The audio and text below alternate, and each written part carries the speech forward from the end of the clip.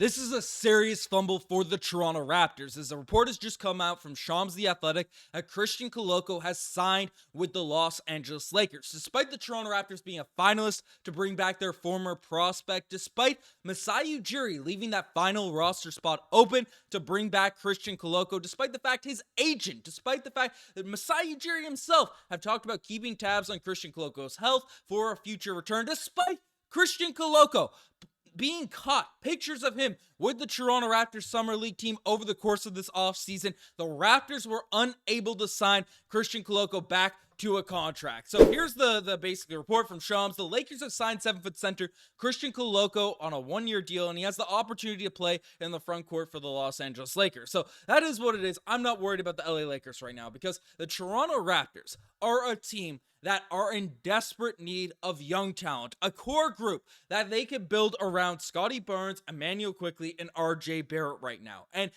we saw it at the end of last season. Yes, we were dealing with injuries. Yes, it was worse than it would be if the team was fully healthy. But not even the most delusional Toronto Raptors fans, which I openly admit myself a part of, not even the most delusional Toronto Raptors fans can argue against the fact that this team did not have the capabilities in terms of their bench, in terms of depth, to be given any chance of hope of winning a ton of basketball games and being a team that can be back into the mix no matter how good Scottie Barnes, IQ, RJ Barrett really develop and take those next steps going to next season, much less young talent that could take steps forward, that can move into this direction of the future of role players for this Toronto Raptors group. And no, Christian Koloko isn't one of those guaranteed guys that's going to be a generational, top tier, upper echelon center in the NBA. But when you are a rebuilding team, when you are a group, when you are Masai Ujiri, and you see the roster that we have right now, it's retooling, it's rebuilding. And Bobby Webster came out and said directly, right, that around Scottie Barnes, we've made some big moves, getting rid of Pascal Siakam, getting rid of all those guys, but it's going to be the moves around the edges. It's not going to be 1 or 2, 3 big swings that are going to change everything for the Toronto Raptors. It's going to be 8 to 12 different moves, transactions, things that they get right in terms of things that will turn this team back into a contender, at least back into a competent, good basketball team to watch. And yes, I agree. There's no sure thing. Christian Koloko is that guy. It's going to be one of those I don't even want to say generation, a starting caliber center in the NBA. There's no guarantees that that's a specific case. But a couple seasons ago, we traded away a first-round pick for Thaddeus Young and the pick that became Christian Koloko. And that was kind of excused because obviously Thad Young gave us half a good season, then more of locker room leadership. Should have signed him as an assistant coach.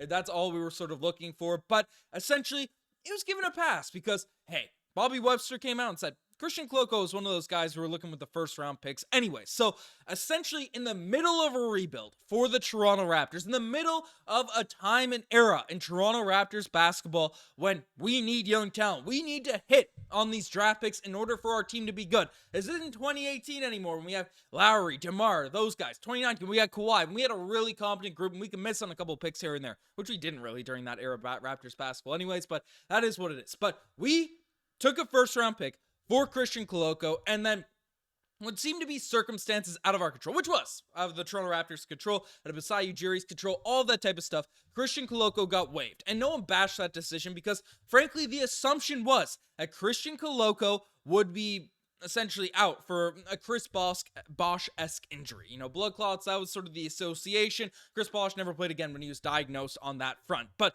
essentially, after a half a season of that went on, Masai Ujiri decided to cut the ties, cut the move with Christian Koloko. And whatever, right? That's a decision that has to be made. We didn't know the information available to Masai Ujiri, but that doesn't make it any less of a fumble for the Toronto Raptors to essentially what could have been, our first round potential talent. Could it hit? Could it have not? We still yet to be seen. We'll see how he plays for the Los Angeles Lakers, but there was still that decision made.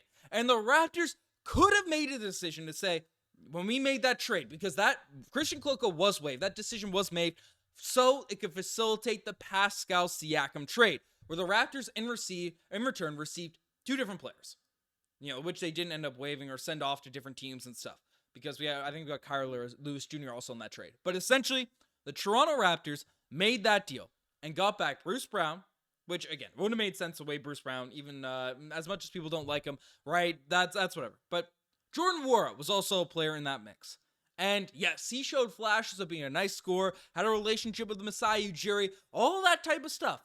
But Jordan Nwora is a guy that Raptors fans forgot about. Once April 12th hit, once the Toronto Raptors season was over.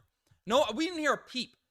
Even when he signed overseas, I didn't see one single Toronto Raptors page. I barely saw anyone even talk about, address the fact that Jordan Nwora wasn't coming back. We forgot him. I recall moments over the course of the season. We're forgetting Jordan Nwora's name.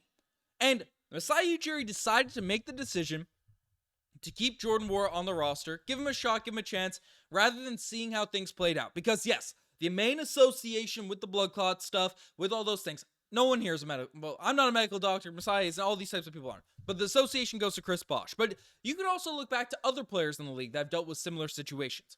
LaMarcus Aldridge had to retire and then came back a few months later because of similar sort of issues.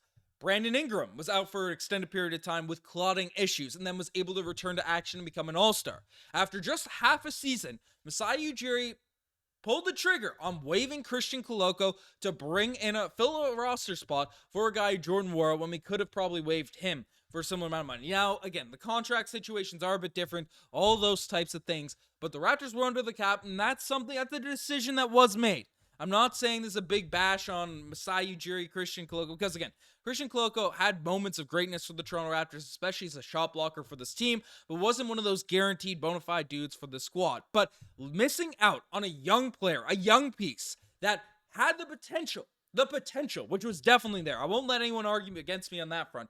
The potential is there for Christian Koloko to be a very, very solid center in the NBA. I'd argue starting center in the NBA at some point of his career, especially if that jump shot continues to develop, right?